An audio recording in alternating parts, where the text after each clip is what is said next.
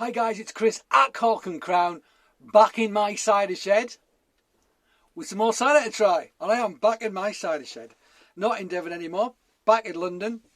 Devon was lovely, had a fabulous time. But yeah, I'm also glad to be back in my cider shed because I like my cider shed. And we have some cider to try, as stated. What's the cider, Chris? Well, today, on the way back from Devon, it was a beautiful sunny morning.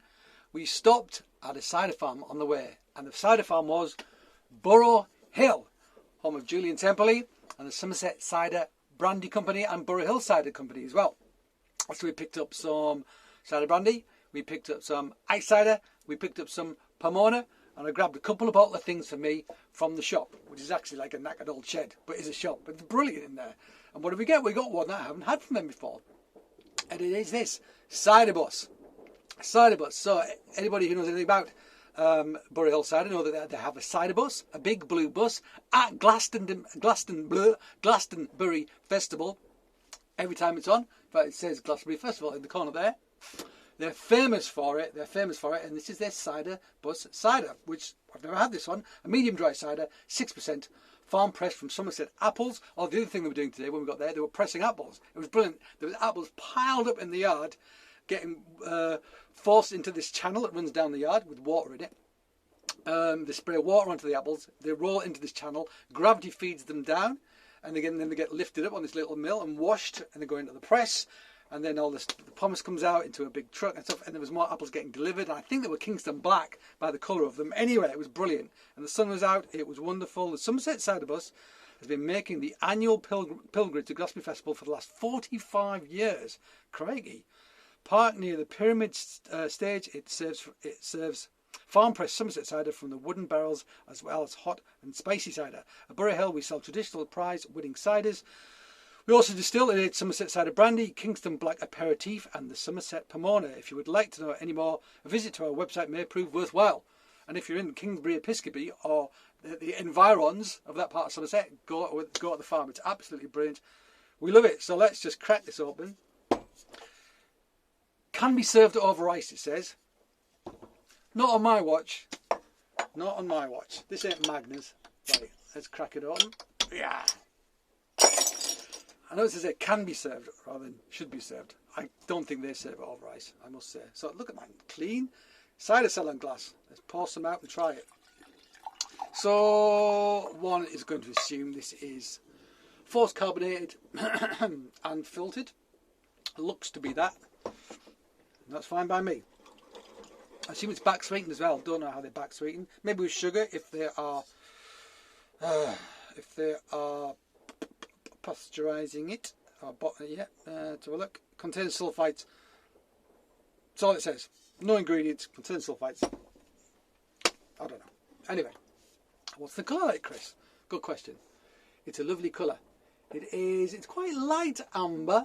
But it's got amber there, definitely. We like that a lot. The pomace that was coming out of the press today was very dark brown. I mean, the oxygen had really got to the tannins in that stuff. It was amazing colour.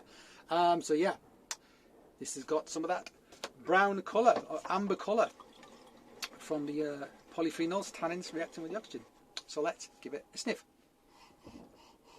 And it smells wonderful. It smells clean, but also earthy. That kind of there's a stone fruit character I get in this. I'm trying to think what it is. I think it's kind of nectarine. That's the kind of thing I get a lot. I was getting it in the Grey's cider I was trying the other day, and actually the Grey's cider, the spicy element really came through. I was drinking it. Very spicy indeed. It was really good cider. I like it a lot. But this has got a deep, earthy, almost like a caramel brown sugar character to it as well. But it's got that sort of ripe apple. There's almost like a creaminess to it as well. There's a soft pastry creamy element to it as well, which I like very much. Yeah, smells lovely. And there's that kind of stone fruity nectarine thing as well. Yeah, I couldn't nail it. I was thinking about it so hard. I was like, it is a stone fruit. I couldn't figure out what it is. It's like nectarine. Nectarine's a bit tartar. They're not sort of sweet and desserty as stone fruit. Yeah, and that's what makes it think of. So let's try this sucker.